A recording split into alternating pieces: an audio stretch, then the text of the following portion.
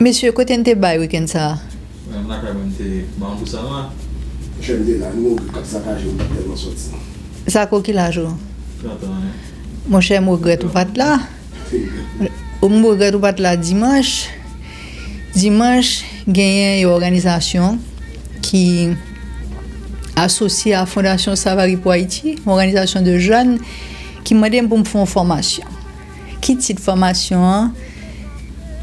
Oui, à la participation de la jeunesse dans la politique. Ça a interpellé parce que moi fais partie d'une génération que parents yo t'es passé la peur de la politique en Haïti. Bon, papa m'a fait fort dimanche, pas besoin de dire, maman m'a quasiment interdit la politique dans Kaila.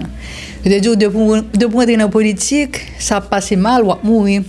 Donc m'a regardé jeunes ça yo. M'a posé tellement de questions. Qui ça que le pays a offert aujourd'hui en termes de rêve? Parce que la politique, c'est le choix pour travailler, pour payer. Yo fringant, yo voulaient pour que yo fait partie de l'autre Haïti. Mais yo pas contre comment.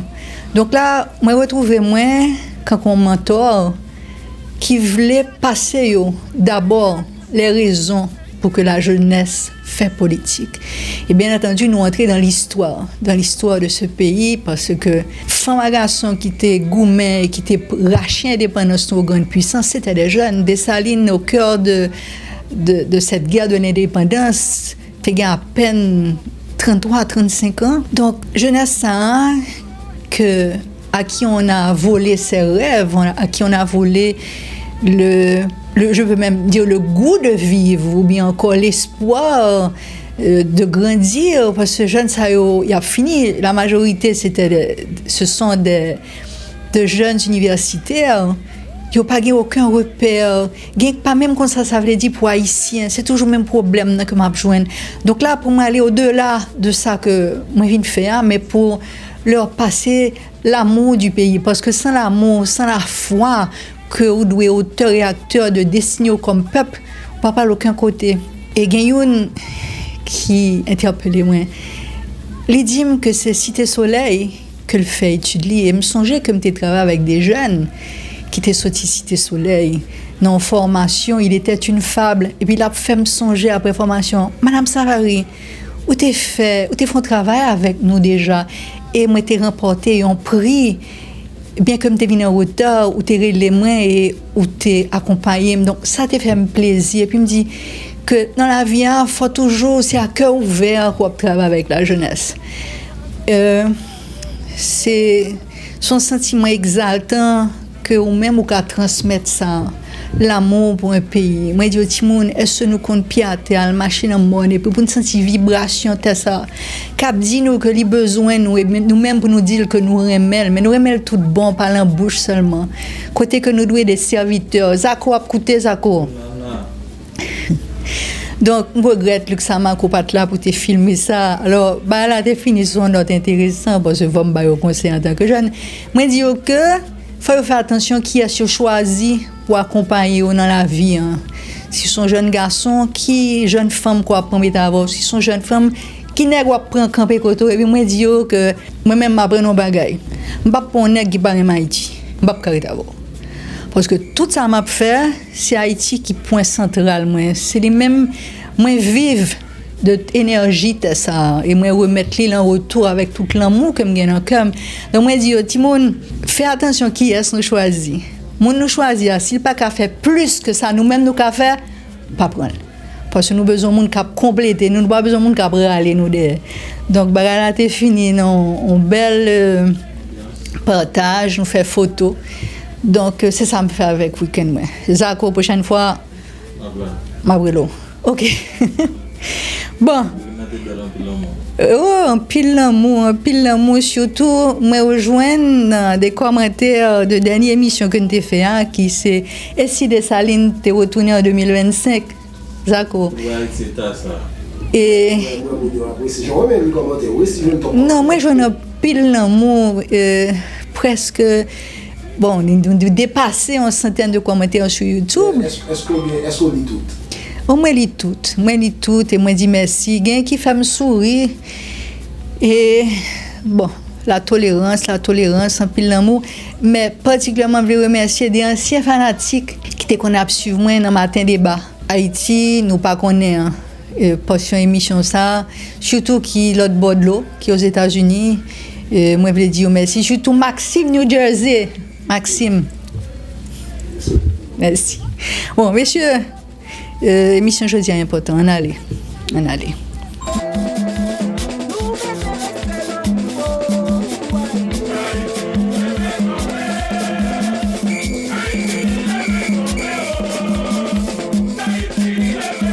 Bonjour, Haïti en dedans, Haïti dehors.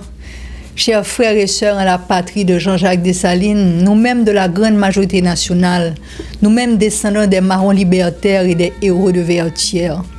Peuple qui sortit dans garçons et femmes voyants qui te fait monde l'entend des non-libertés pour première fois. Moi salue nous avec honneur, avec respect, avec dignité. Non pas moi, c'est Savannah Savary et ensemble n'a levé campé pour Haïti. Un bonjour spécial pour le département de la Tibonite côté Papa Moun. Pour qui ça que n'a tourné sur l'occupation américaine qui durait 19 ans. 19 ans la vie en nation, c'est pas 19 jours, 1915-1934. Émission ça, c'est une mise en garde pour Haïti aujourd'hui.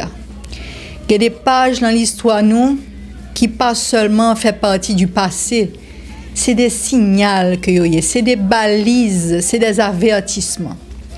Occupation américaine 1915 à 1934 là fait partie de une histoire que nous devons connaître. Mais choisi pour faire une émission spéciale sur période douloureuse ça de histoire nous. Pour qui ça? Pour nous tourner sur épisode ça.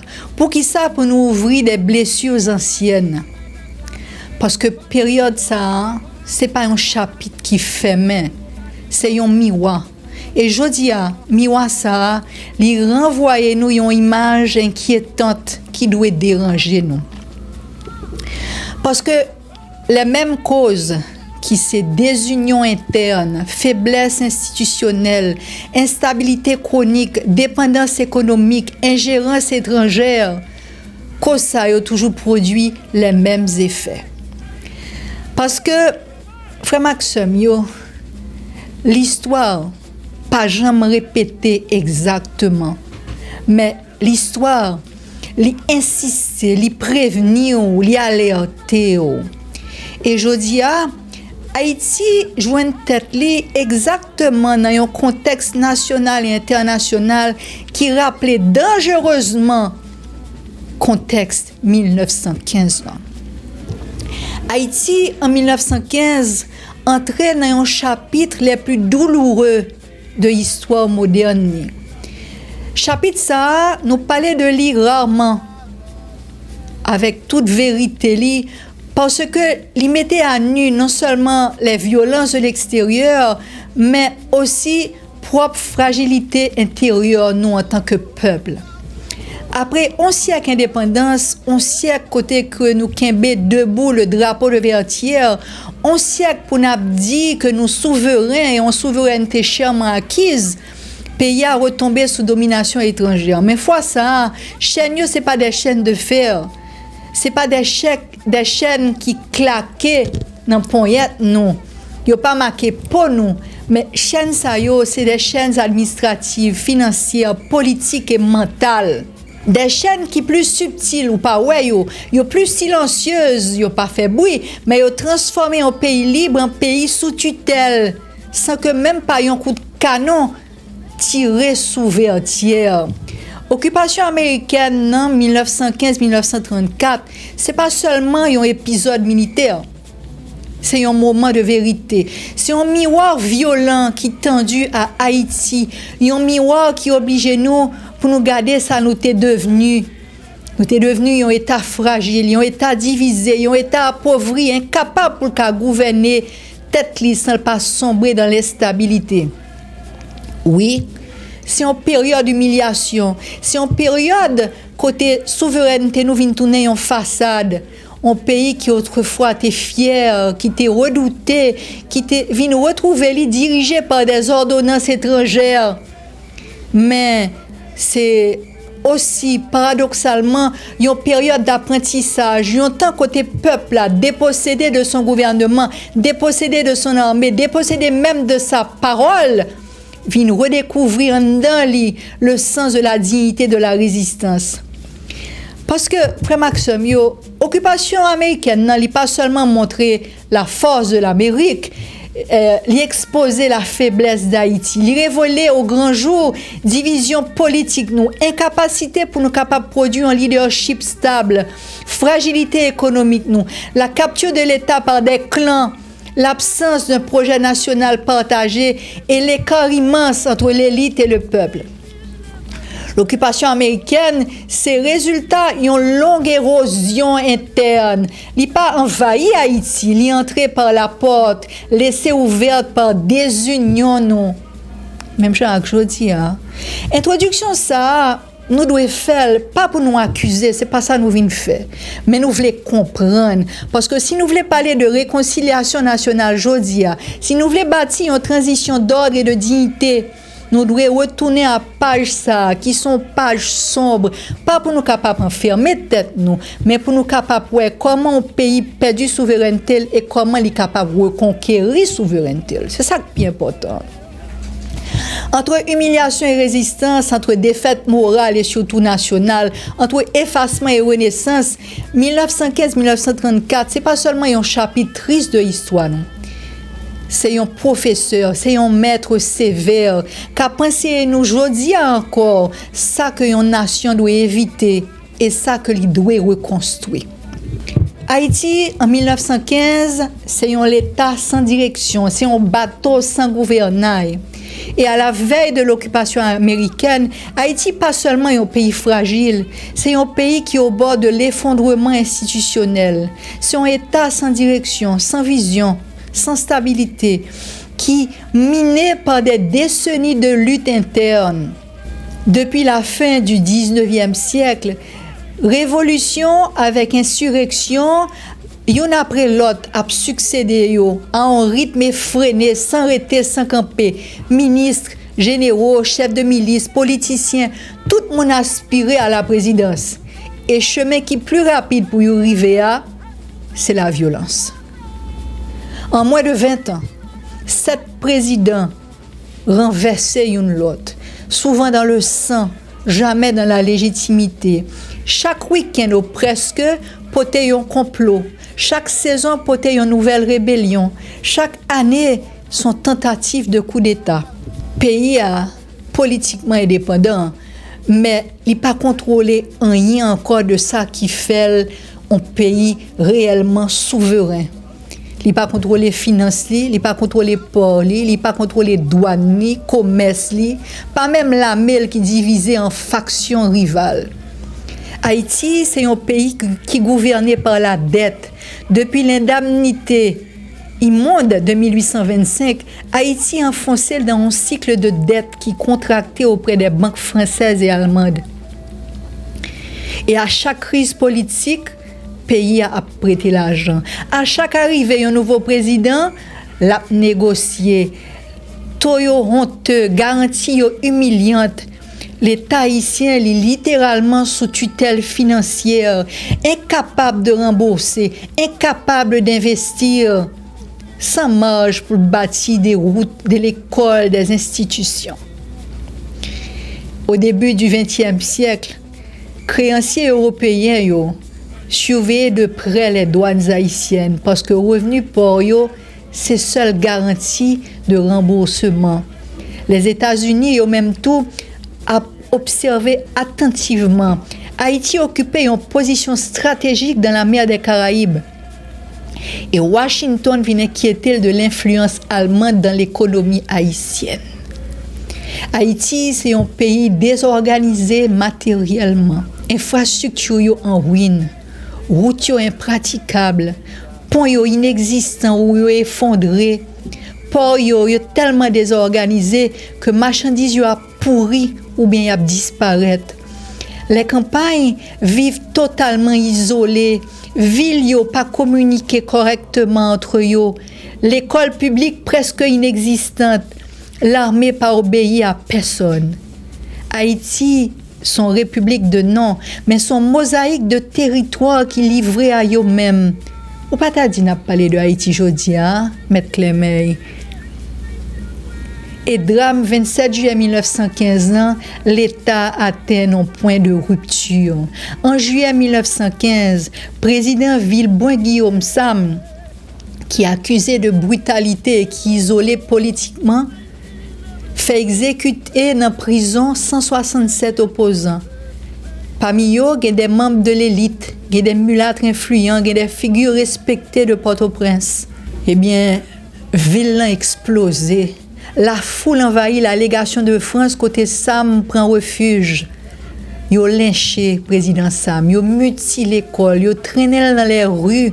Son choc national, c'est aussi le symbole ultime de l'effondrement de l'autorité de l'État. Le pays n'a pas de gouvernement encore, il n'y a pas de l'armée fiable, il n'y a pas de stabilité, il n'y a pas de prestige international. Tout est vulnérable. Et c'est le prétexte rêvé par les États-Unis qui se présente. Les États-Unis t'attendent que ça. En pleine Première Guerre mondiale, Washington voulait sécuriser la région Caraïbe. Il voulait protéger ses entreprises. Il voulait empêcher à l'Allemagne pour les tenir sous influence sur une île qui est proche de Cuba et de Panama. Eh bien, lynchage président Villeboin-Guillaume Sam vient bay américain yo argument humanitaire et stabilisateur que te souhaité. Le 28 juillet 1915, les marines mérinos débarquaient Port-au-Prince sans résistance, sans gourmet, sans combat, sans déclaration de guerre, parce que pas de l'État qui pouvait défendre la nation. Eh bien, l'occupation américaine commençait. Elle durait 19 ans. Elle transformait l'armée, l'administration, l'économie. Elle blessait la dignité nationale. Elle quittait des cicatrices qui, aujourd'hui, a façonné l'inconscient collectif haïtien et rapport nous au pouvoir, à la souveraineté et à l'étranger, que aujourd'hui nous relève la communauté internationale. Qui ça qui raison profonde d'occupation américaine? Officiellement, les États-Unis ont affirmé que ils sont venus en Haïti pour restaurer l'ordre, pour protéger les vies américaines, pour favoriser la stabilité, pour réorganiser les finances publiques. Discours ça, son discours très gentil, très poli, qui présentait devant le monde comme une opération humanitaire. Eh bien, discours ça, ce n'est qu'une façade. Arrière-plan sont l'autre bagaille. Et nous devons dire franchement, l'occupation de 1915 obéit à une stratégie géopolitique, économique et militaire. Pour comprendre ce qui s'est passé réellement, nous devons replacer Haïti dans la carte du monde de 1915. Attendez, oui, c'est l'histoire, le meilleur des professeurs. Haïti, son emplacement stratégique dans la mer des Caraïbes, jusqu'à aujourd'hui. La mer des Caraïbes, au début du XXe siècle, ce n'est pas une région paisible, c'est un espace vital pour les grandes puissances. Et Haïti, situé au cœur même de zones stratégiques, ça, entre Cuba, déjà sous influence américaine après la guerre hispano-américaine, la République dominicaine, qui sont l'autre cible de Washington, la Jamaïque, qui sont possession britannique, le canal de Panama, qui finit en 1914, qui c'est l'artère vitale du commerce mondial. Haïti, c'est un point d'observation, c'est un passage maritime, c'est un pivot géopolitique. Un pays instable, à cet endroit, dans l'espace, ça, c'est pas juste un problème, un embarras, c'est une menace potentielle pour les intérêts militaires et commerciaux des États-Unis. Washington, pas quitter une puissance européenne, que ce soit la France, l'Allemagne ou bien l'Angleterre, prend pied dans un territoire aussi stratégique. La peur américaine, c'est l'influence allemande en Haïti. Avant 1915, commerçants allemands sont très présents en Haïti. Il y a une banque, une entreprise, une entrepôt portuaire, une vie commerciale à Haïti. Et ils sont influents, ils sont bien organisés et ils sont culturellement intégrés. En pleine Première Guerre mondiale, les États-Unis, présence allemande là, quand il y a un danger militaire. Washington inquiétait de la possibilité que un port haïtien servi de base navale aux Allemands, domination allemande dans certaines entreprises locales, mariage entre haïtiennes et allemands, naturalisation automatique à l'époque, influence accrue. Dans le document américain de l'époque, mot ça a tourné sans cesse. German threat, la menace allemande. Et Haïti vient tourner un pion dans la stratégie de guerre américaine. Et le contrôle des routes maritimes et du canal de Panama, primordial pour les États-Unis. Ouverture au canal Panama en 1914 bouleversait le monde. Les États-Unis voulaient garantir la libre circulation des navires, la sécurité des routes maritimes, l'absence de bases hostiles dans les Caraïbes. Un pays instable, tant qu'Haïti, secoué par des coups d'État permanents, avec des ports vulnérables, considérés par Washington tant qu'une faille stratégique. Ils voulaient imposer l'ordre. Ce n'est pas nous qui allons imposer l'ordre là, c'est eux-mêmes qui doivent imposer l'ordre. Donc les États-Unis utilisaient le discours humanitaire comme couverture. Comme souvent dans l'histoire, grandes puissances n'ont pas jamais agi au nom des principes. Ils ont agi au nom de leurs intérêts. Et pour camoufler l'intervention impériale, ça, pour cacher les, maquiller les, Washington pral servi avec 3 mots magiques. Stability, protection, modernization. Stabilité, protection, modernisation. Les États-Unis présentaient tête comme les défenseurs de la démocratie, les protecteurs des minorités étrangères, les sauveurs économiques, architectes de la modernisation. Alors qu'en réalité, objectif yo simple, prend contrôle total de l'État haïtien. Et contrôle total ça inclut la Banque nationale d'Haïti, les douanes, les ports, les routes, la police, l'armée, les finances publiques, les décisions diplomatiques. Haïti doit tourner un protectorat déguisé. Certaines élites haïtiennes, c'est des complices silencieux de l'occupant. Son point clé, les États-Unis pas jamais capables d'occuper Haïti sans l'accord tacite d'une partie des élites haïtiennes.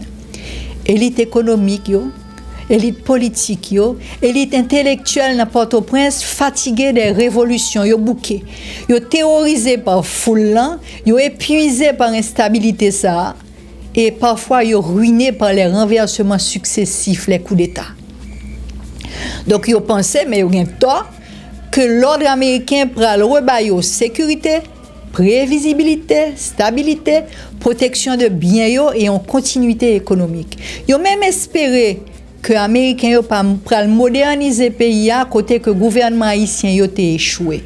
En pile, dans l'élite, ça a fermé bouche. Gen qui bat bravo et gen qui collaborent directement. Le peuple lui-même, il n'a pas demandé à la ville, il n'a pas consulté.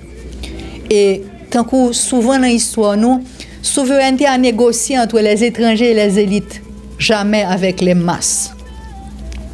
Résultat, c'est qui ça?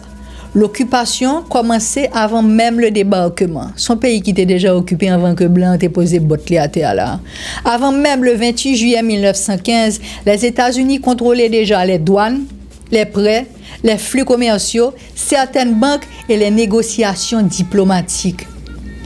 L'occupation américaine a commencé d'abord dans les finances, puis dans l'administration, puis dans les armes.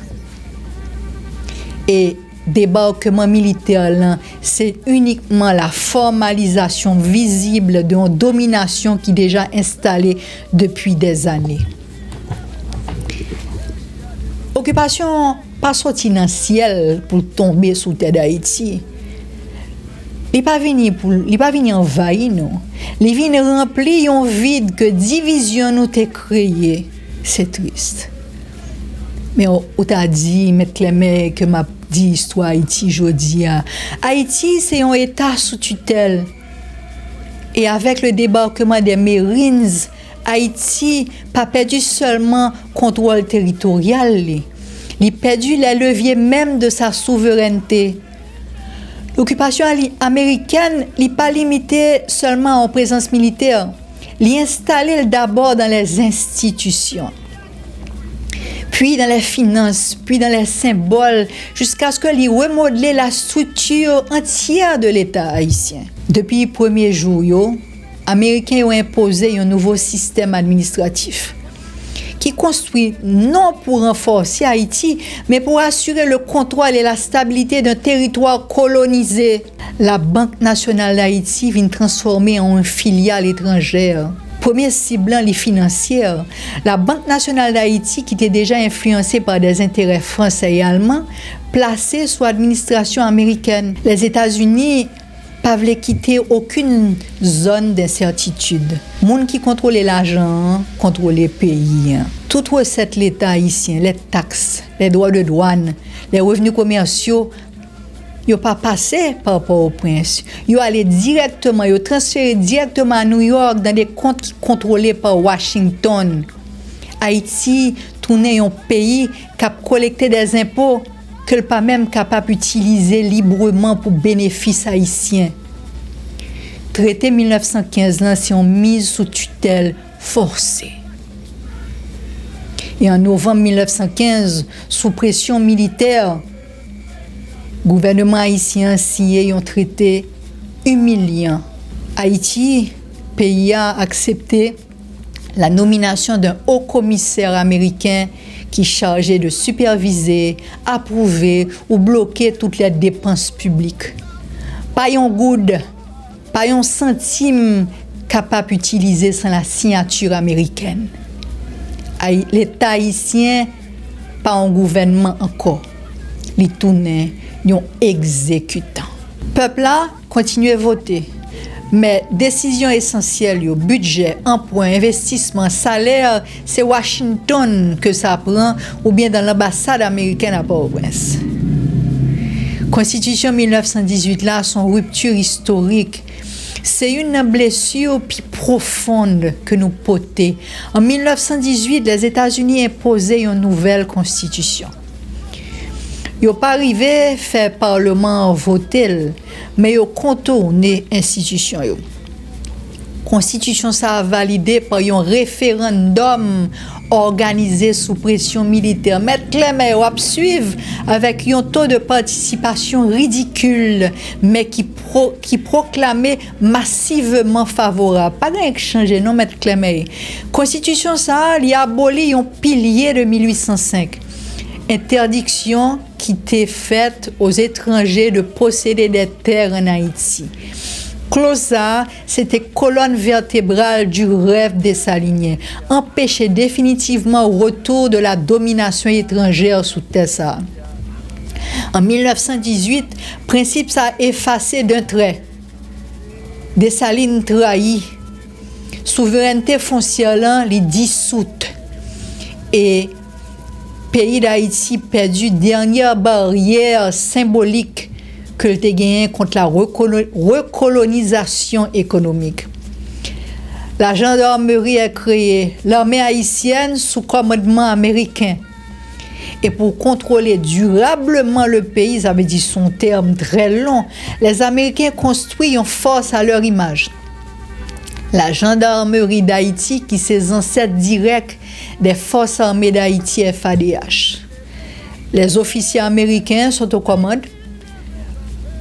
Ils font un recrutement haïtien, mais la discipline est américaine, la doctrine est américaine, les missions sont au service de l'occupation. Force ça, il n'y a pas de concevoir pour défendre Haïti, non. Il était concevoir pour être capable de contrôler les Haïtiens. La gendarmerie tournait l'instrument principal de l'ordre colonial interne. Et souvent, ils ont utilisé la gendarmerie pour forcer les paysans à travailler, réprimer les révoltes rurales, démanteler toute résistance politique. C'est haïtien contre haïtien pour les intérêts étrangers. Institutions locales yo placées sous surveillance, pas gagné qui échappait à l'œil de l'occupant. Communes yo supervisées par des conseillers américains. Tribunal yo fonctionnait sous validation américaine. L'école yo réorganisée selon les modèles américains. Les travaux publics, routes, ponts, bâtiments dirigés par des ingénieurs américains. Et diplomatie haïtienne encadrée, filtrée par Washington. Même les décisions les plus locales doivent recevoir une approbation étrangère. L'État haïtien existait encore en apparence, mais pouvoir réel l'y confisqué. Tant de mettre clair, mais ça a changé aujourd'hui. Pouvoir réel là, l'y déplacé. L'ambassade américaine tournait la maison du gouvernement. Président haïtien yo de l'époque, yo signé, yo paraffé, yo palais, et yo pas gouverné vraiment. Décision importante yo, c'est l'autre côté que décision ça yo prend. Yo prend dans le bureau du haut commissaire américain et dans l'ambassade américaine à Port-au-Prince. Tendez. L'État haïtien pas souverain encore. Il tournait un décor, il tournait une façade républicaine et gon l'autre pouvoir qui cachait derrière, qui a dicté la marche. Les Haïtiens sentent-ils, ils connaissent, ils vivent, blessure en profonde, java à l'aide, ils marquent la conscience collective d'un sentiment d'impuissance qui, je dis encore, influence les rapports nous au pouvoir, à l'État et à l'étranger, à la communauté internationale. Mais résistance populaire là, c'est le nord que le sortit, c'est le plateau central que le sortit. Donc face à l'occupation américaine, Haïti paraît silencieuse. Si l'État t'a capturé, si l'élite t'a hésité ou bien t'a collaboré, le peuple lui-même refusait pour le mettre à genoux. Dans le plateau central, dans Tessa yo côté que n'attendait jusqu'on y a l'école de Vertière, côté que la mémoire de 1804 li pon chapitre d'école mais un héritage vivant, paysans yo levé campé. Yo prend zam yo qui te rouillé, fusil sa yo qui te rouillé, yo prend machette yo, yo prend les vieux pistolets, yo regroupé yo son nom qui a résonné pour toujours, les cacos. Qui est-ce qui était les cacos?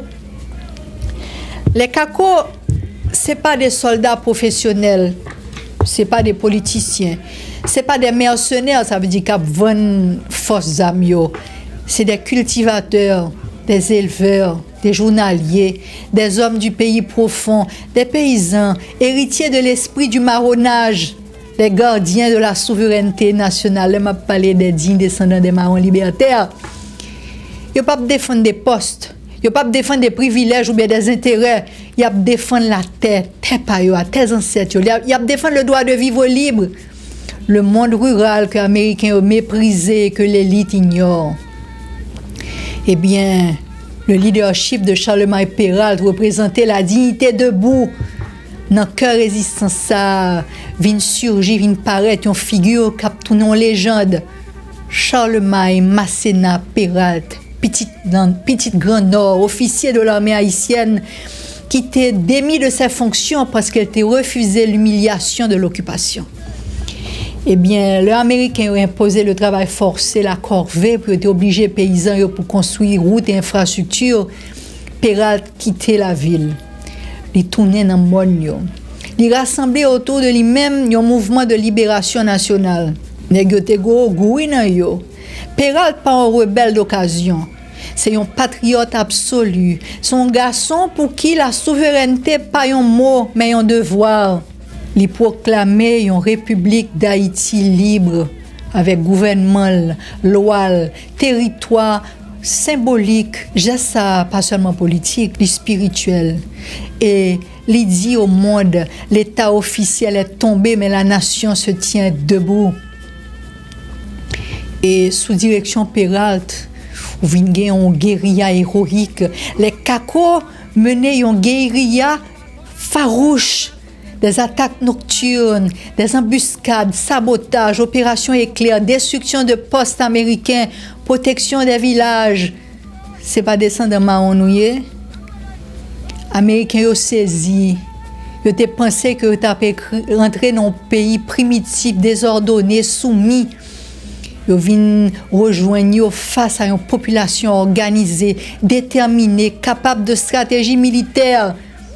Pas petite Dessalines Nouye, capable d'un courage extraordinaire. Résistance là vient tourner un souffle national dans champ yo, dans les marchés, dans la cour yo. Il a murmuré tout bas, il a dit le nom de Charlemagne Peralt, comme si on a dit longtemps non Toussaint, non Dessalines, non Capois la mort. Eh bien, la répression, c'est un colonialisme brutal, occupant pas tolérer la dignité.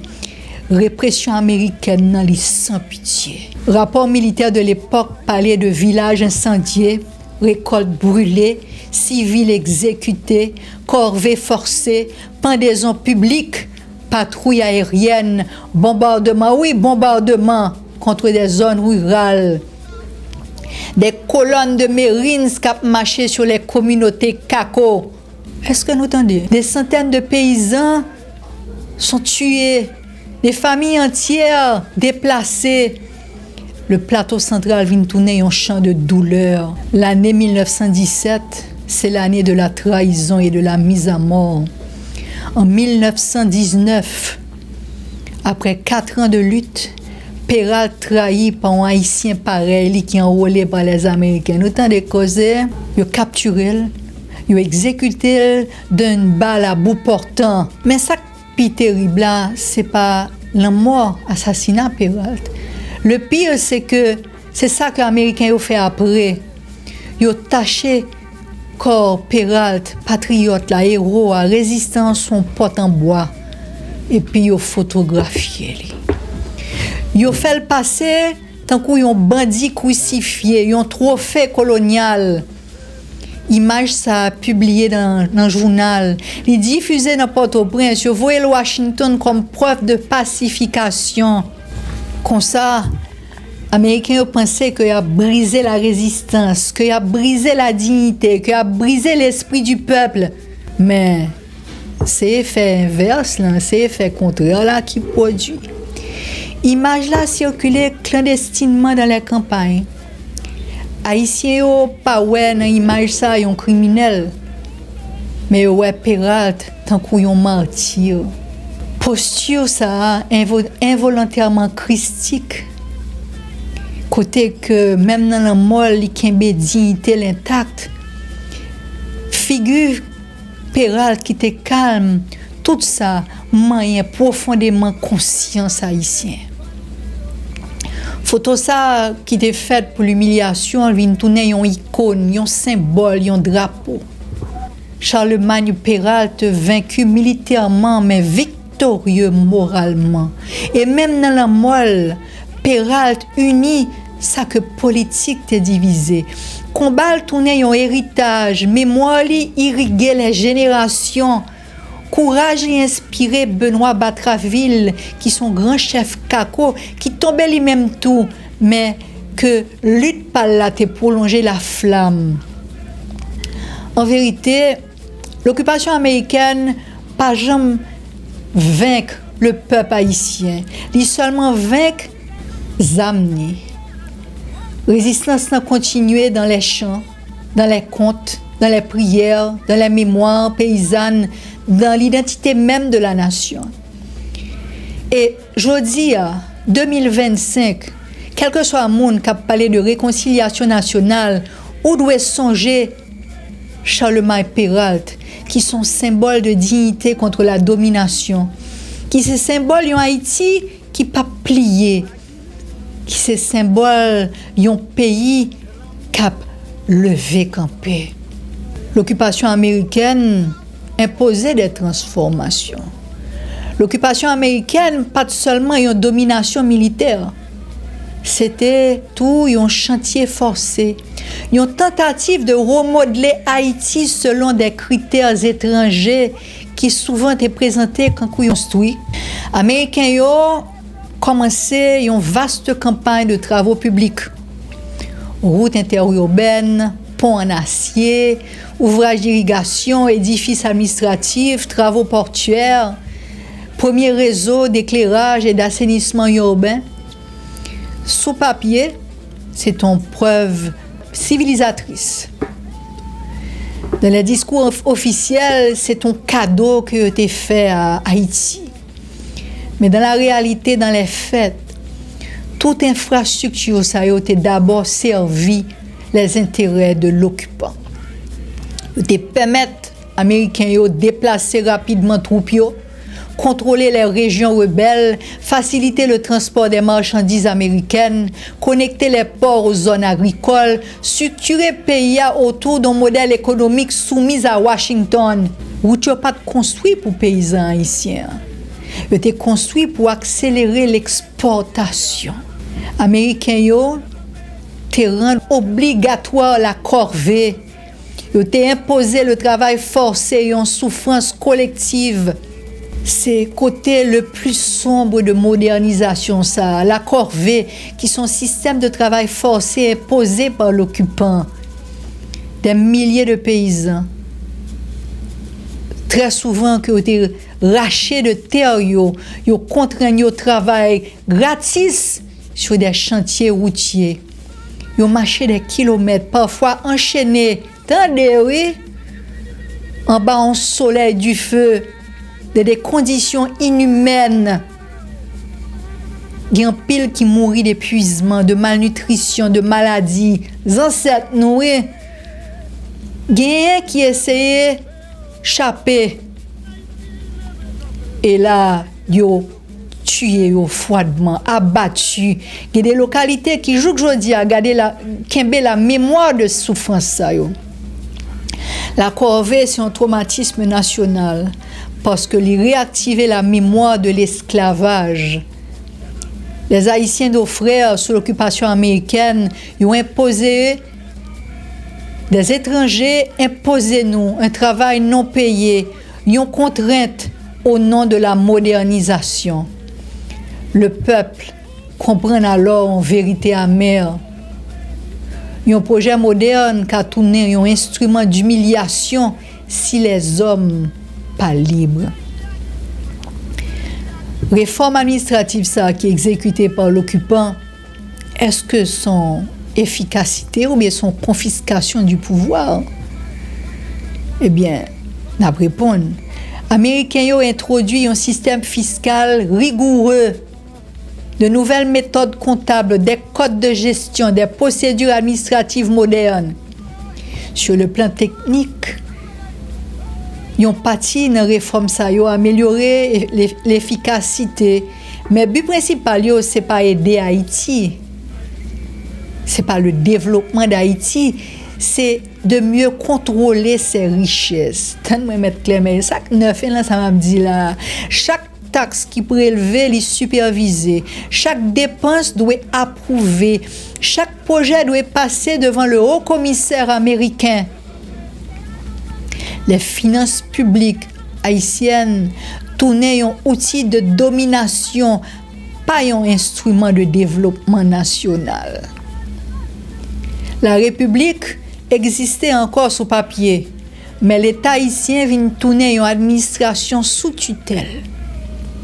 Mission l'école technique, c'est de former des exécutants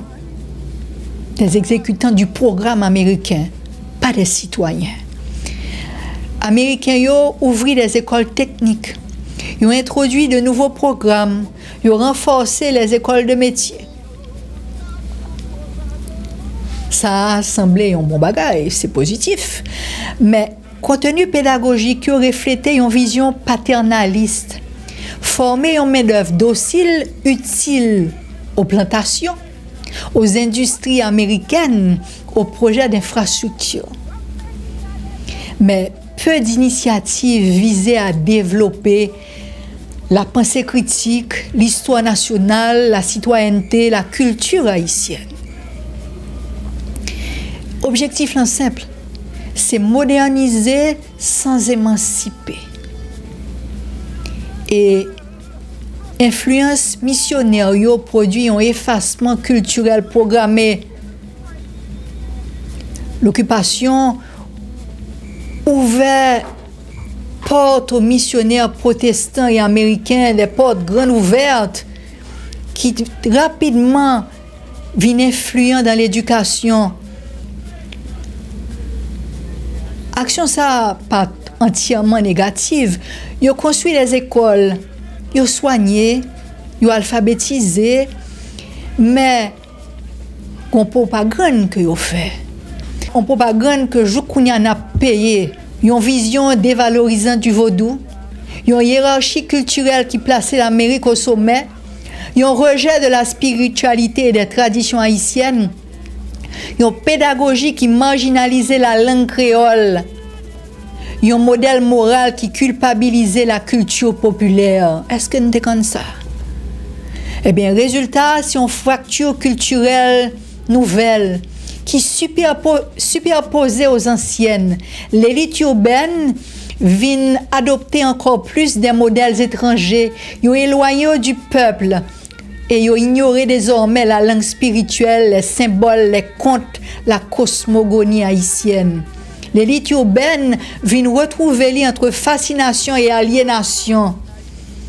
En pile famille urbaine qui vivent dans grande ville, ils ont adopté les usages américains. Rad, habitude de consommation, cornflakes au lieu maïs bouilli, structure familiale, discipline puritaine, nouvelles valeurs morales, mépris renouvelé pour la culture paysanne, comme si yo toutes ces parts de paysannes yo descendent. Et fascination, ça a accéléré l'écart social. L'élite vient moderniser tête, mais il vient éloigner davantage du pays réel. Il perdu connexion avec les masses rurales. Et tout ça, fossé ça, falaise ça, qui était déjà profond, il vient tourner presque infranchissable. Société haïtienne vient tourner un pays à deux vitesses. Côté que les villes a regardé vers Washington, tandis que les campagnes a lutté pour être capable de survivre, pour le boire et le manger. Eh bien, pendant l'année 1920, une génération de penseurs qui levaient camper. Ils ont refusé la domination de l'étranger. Ils ont refusé toute l'autodévalorisation interne. Ils ont décidé pour redéfinir ça veut dire qu'être haïtien. Nous avons fait ça aujourd'hui encore. Moi, dis jeune ça dimanche. Parmi eux, il y a un nom qui levait campé, qui clairait quand on phare, Jean Price Mars, son docteur en médecine, son diplomate, son ethnologue, observateur lucide et passionné. Il fait sa personne pas oser faire en vol.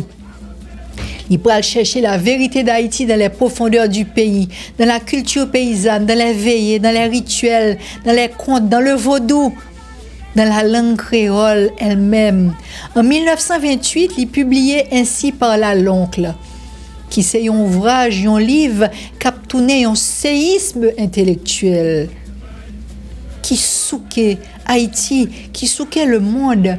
Ainsi parla l'oncle, c'est une révolution intérieure. Price Mars affirmait ça, m'appelait le pour. La vraie Haïti n'est pas celle des salons, mais celle des mornes. Jusqu'à aujourd'hui, la vraie Haïti, c'est pas Port-au-Prince. C'est en dehors, c'est dans le monde. Price Mars accusait l'élite d'aliénation collective. Il accusait d'avoir renié ses racines africaines, d'avoir rejeté sa propre culture pour imiter aveuglement la France puis l'Amérique.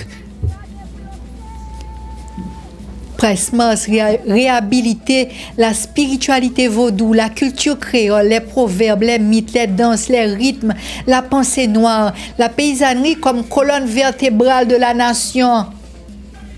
Je dis, c'est ça lié, oui, amis. C'est un acte de libération mentale. C'est un appel à la réconciliation entre deux Haïti. Deux Haïti qui ne parlent une avec l'autre depuis plus qu'un siècle. Avec Price Mars, Haïti recommence à remettre tête. Mouvement indigéniste là prend naissance. Et autour de Price Mars, des poètes, écrivains, artistes levaient camper. Mouvement indigéniste là créé. Mouvement indigéniste là, il valorisait la langue créole comme langue de création. Le corps haïtien comme source de beauté, le vaudou comme matrice culturelle, la paysannerie comme fondement de la nation, les rythmes et les images populaires comme expression d'une civilisation. L'indigénisme, c'est pas un simple monde littéraire, c'est une révolution de l'imaginaire. Si Haïti cap gardé tête li finalement dans un miroir, sans le pareil tête li. Et c'est Haïti qui retrouve confiance, non par les armes, mais par la culture. Culture, nous, qui c'est plus grande richesse, nous. Et la souveraineté intérieure, c'est le début d'une reconquête. Occupation américaine, non, il prend route, non. Il prend finance, non. Il prend l'armée, non. Il devait prendre institution, nous. Il devait prendre terre, nous. Il devait prendre souveraineté externe, nous. Mais ça que les pas de cas prend. Et que Price Mars et l'indigénisme réveillé, c'est la souveraineté intérieure. Sentiment que droit grand monde, nous, c'est pour nous lier. Et souveraineté, ça, il prend naissance dans l'âme d'un peuple qui a pour découvrir tête li, dans une culture qui refusait mourir, dans une créativité qui survive à toutes les humiliations, dans une identité qui reparaît malgré la domination de fait noir colonial, ça, il y a une aurore qui finalement prend naissance. Et les pas politique, mais les spirituels, les culturels. Haïti recommence à dire, nous c'est peuple qui te battent la France, l'Espagne, l'Angleterre. Nous c'est peuple qui levait tête li pour lui garder lumière. Nous pas peur, pièce monde. Nous pas peur, pièce grande puissance. Ça nous doit songer. C'est que la fin de l'occupation, c'est une liberté sous condition que le teye. En 1954, après 19 années d'occupation militaire, troupes américaines ont quitté officiellement Haïti. Clairon sonné, drapeau levé, et dans Port-au-Prince, tant que dans la ville provinciale, le peuple respirait un autre genre, un air qui était confisqué pendant 19 ans, l'air de la souveraineté retrouvée. Mais, frère Maxime, la patrie bien-aimée de Jean-Jacques Dessalines, liberté retrouver ça, apparente. Parce que si la Marine embarquait aller, les États-Unis pas lâché contrôle Haïti. Souveraineté nationale là, il manquait morceau, il amputé. De 1934 à 1947, les finances publiques haïtiennes étaient sous surveillance américaine. Les recettes douanières, les emprunts, les budgets publics, tout continuait filtré, approuvé, contrôlé dans Washington. L'armée américaine quittait sol haïtien, mais l'armée étrangère demeurait dans les coffres. Haïti a respiré, mais avec des poumons à demi compressés. Haïti, pays nous, est libre dans la forme, mais pas dans l'essentiel.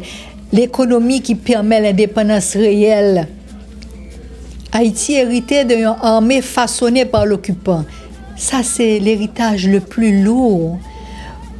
Retrait militaire là, qui était derrière une institution qui pas semblé avec l'armée Dessalines, l'armée Christophe.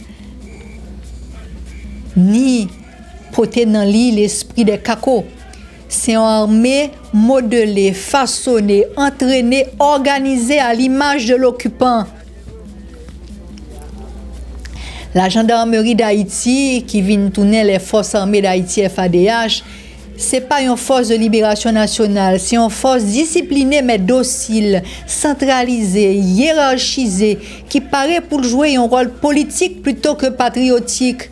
Legs ça, héritage ça, li déterminant dans les décennies qui pourraient le suivre. Mais ça vient tourner tantôt l'arbitre du pouvoir, tantôt bourreau, tantôt instrument. Et la militarisation de la politique haïtienne commence là, à la sortie de l'occupation. Il a affaibli par 2 décennies d'humiliation et un siècle de division interne.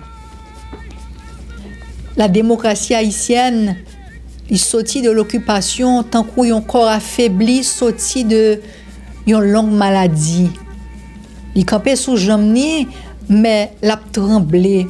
Il n'a pas fait tête li confiance. Il n'a pas fait confiance à peuple li, et peuple li tout pas fait confiance. On rappelait au monde que la liberté n'est pas négociable. Price Mars et l'indigénisme ont réveillé en nous la fierté culturelle, la valeur du créole, la profondeur du vaudou, la force du paysan, la beauté du peuple noir, la beauté de l'être haïtien. Pas oublier ma fait mission ça yo, c'est pour la réconciliation nationale parce que l'histoire enseigne nous un pays dominé de l'extérieur capable de relever, mais un pays qui divisé de l'intérieur il n'est pas capable de construire tête li. Donc la fin émission ça on nous rappelle nous on kembe histoire ça on kembe leçon ça nous capable perdre route nous capable perdre l'or nous l'armée nous maintenant que nous kembe conscience nous pas perdu toute bagaille. C'est pour ça que émission ça tout travail ça que nous entreprenons Luxama Zako moi-même ils sont urgence retrouver unité nous dignité nous souveraineté nous avant que les trop tard. Je remercie nous pour tout le temps nous, je remercie nous pour tout l'amour que nous baillons sur les réseaux sociaux, on a écrit équipe là.